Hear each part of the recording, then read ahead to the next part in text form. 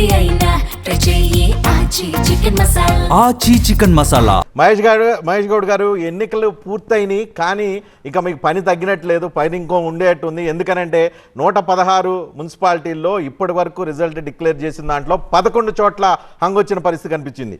ఈ 11 చోట్ల సహజంగానే అధికార పార్టీ అక్కడ కైవసం చేసుకోవడానికి, మున్సిపాలిటీ కైవసం చేసుకోవడానికి రాజకీయ వ్యూహాలు పనే అవకాశం ఉంది, ఎక్స్-ఆఫీసో సభ్యులు ఉండే అవకాశం ఉంది. ఇప్పటికే ప్రతిపక్ష పార్టీ నుంచి చాలామంది ఎమ్మెల్యేలు కాంగ్రెస్ పార్టీలో చేరున్నారు. వాళ్ళందరూ ఎక్స్-ఆఫీసో సభ్యులుగా ఓటేస్తారా? ఆ మున్సిపాలిటీలో కనుక ఏదన్నా వాళ్ళు కనుక ప్రాతినిధ్యం వహించే ఏరియాలో ఉంటే కనుక ఓటేస్తే వాళ్ళు అసలుకి డిస్క్వాలిఫికేషన్ పిటిషన్లు ఉన్నాయి, ఆ పిటిషన్ మీద విచారణ జరుగుతుంది. ఇక కరం అంటే కప్ప లేదంటే ఇంకోటి. నాకు తెలిసి అవకాశం ఉంటది. ఆ అవకాశం మాకు రాకపోవచ్చు, ఎమ్మెల్యేల అవసరమే రాకపోవచ్చు. ఉన్నదా పరిస్థితులు మేము అక్కడ ఉన్న సభ్యులతో సఖ్యతతో చేసుకుంటాము. వాళ్ళు అసోసియేటెడ్ సభ్యులుగా ఉన్నారు, మాకు పార్టీలో చేరలేదు. టెక్నికల్ గా వాళ్ళ ఓట్స్ చెల్లవు కావచ్చు, చెల్లినా మాకు అవసరం లేదు. ఇప్పుడున్న పరిస్థితిలో అంగచిన చోట కూడా మా అభ్యర్థులు పిలిచి మాట్లాడుకొని సరి చేసుకొని గెలిచే ప్రయత్నం చేస్తాం. సరే, అంతా అయిపోయింది. మీ నిజామాబాద్ పరిస్థితి ఏంటో చెప్పండి. ఇంకా కార్పొరేషన్ డిలేగా వస్తుంది. నిజామాబాద్ లో మాకున్న రిపోర్ట్, ముఖ్యమంత్రి గారు పర్యటన రోజుకి 26 నుంచి 27 గెలుస్తా ఉన్నాం. బట్ తర్వాత జరిగినటువంటి పరిణామాలు కొంత అక్బరుద్దీన్ ఓవైసీ మాట్లాడిన దాన్ని వీళ్ళు ఎన్కరేజ్ చేసుకునే ప్రయత్నము, మతం పేరిట రోజు వాడలో తిరిగి అరవింద్ చిచ్చిపెట్టే ప్రయత్నము, దీనివల్ల 1-2% అటు ఇటు అయితే అయిండొచ్చు. అయినప్పటికీ కూడా వీఆర్ పాజిటివ్, వీఆర్ హోప్ఫుల్. అక్కడ కూడా మేము మేయర్ ఫామ్ చేస్తాం.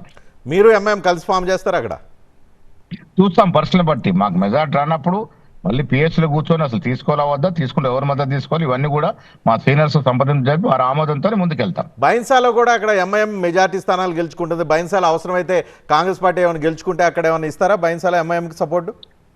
నాకు తెలుసున్న పరిస్థితులు అసలు ఎంఐఎంకి ఎవరి మద్దతు అవసరం లేనట్టు కనబడతా ఉంది. అలాంటి పరిస్థితులు స్టేట్ వైడ్ ఒక పాలసీ తీసుకున్నా నిర్ణయం చేస్తాం రజనీ గారు. సో దీన్ని బట్టి చూస్తుంటే ఎంఐఎం బైన్సాలో రావటం, నిజామాబాద్ లాంటి చోట్ల బీజేపీ కొంచెం అగ్రెసివ్ పాలిటిక్స్, హిందూ పాలిటిక్స్ చేయటం, ఎంఐఎం లాంటి వాళ్ళు వచ్చి కొన్ని స్టేట్మెంట్లు ఇవ్వటం, ఇవన్నీ చూస్తుంటే నార్త్ తెలంగాణలో బీజేపీ హిందుత్వ రాజకీయం, ఎంఐఎం ముస్లిం రాజకీయం, హిందూ ముస్లిం రాజకీయాలు నార్త్ తెలంగాణలో భవిష్యత్తులో ఇన్ఫ్లుయెన్స్ గురి కావడానికి అవకాశం కొంచెం మెండుగా కనిపిస్తుంది. ఈవెన్ బైన్సాలో ఎంఐఎం గెలుచుకోవటం, బైన్సా మున్సిపాలిటీ గెలుచుకున్న తర్వాత పెరిగే అవకాశం ఉందేమో. నిజామాబాద్ లో చాలా మెట్లు చెప్పాను. ఇప్పుడు ఈ మత విద్వేషం రెచ్చగొట్టడం వల్ల ఒకవైపు ఎంఐఎం, ఒకవైపు బీజేపీ లాభపడే ప్రయత్నం చేస్తా ఉంది. కానీ దానివల్ల అభివృద్ధికి ఆటంకం కలిగే అవకాశం ఉంది. నేను నిజామాబాద్ ప్రజలకు పదే చెప్పాను, మనకు అభివృద్ధి కావాలి, నిజామాబాద్ పట్టణం కూడా ఈ రాష్ట్రంలో ఒక మేటి పట్టణంగా మారాలంటే కాంగ్రెస్ పార్టీ కూడా అధికారులు రావాల్సిన అవసరం మాట నొక్కి చెప్పాం. అయినప్పుడు కూడా కొంత ఈ విద్వేషాలు లోనట్టు కనబడతా ఉన్నారు. అంతిమ రిజల్ట్స్ రావాలి. ఏమైనా అక్కడ కూడా దాదాపుగా బీజేపీకి మాకు పోటినప్పుడు కొంత ఎంఐఎం సీట్ కూడా కొంత గెలిచే అవకాశం ఉంది. ఒక రకంగా చెప్పాలంటే ట్రయాంగిల్ ఫైట్ లో ఉన్నాం. ఫైనల్ గా మాకు బెంచ్ మార్క్ సీట్లు వస్తాయని ఆశిస్తా ఉన్నాం. మేయర్ సీట్ మాత్రం కైవసం చేసుకుంటాం.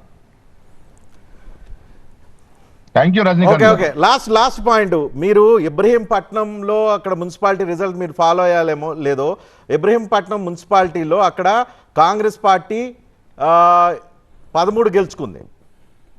సో అక్కడ ఇంకా నెంబర్ కావాల్సి వచ్చే అవకాశం కనిపిస్తుంది. అక్కడ ఏం చేసే అవకాశం ఉంది మీరు? బీఆర్ఎస్ 13, మీరు 13. మల్రెడ్డి రంగారెడ్డి గారు మాట్లాడినారు. సో ఈ ఫైనల్ రిజల్ట్స్ వచ్చిన తర్వాత రేపు కూర్చొని మాట్లాడి నిర్ణయం తీసుకుంటాం. రైట్. ఇప్పుడు ఆయన ఆ పనిలోనే ఉంటారు. మీరు thank you very much and congratulations మీకు. థ్యాంక్ యూ రజనీకాంత్ గారు, Ravi sir, thank you very much. Thank you Mahesh గారు.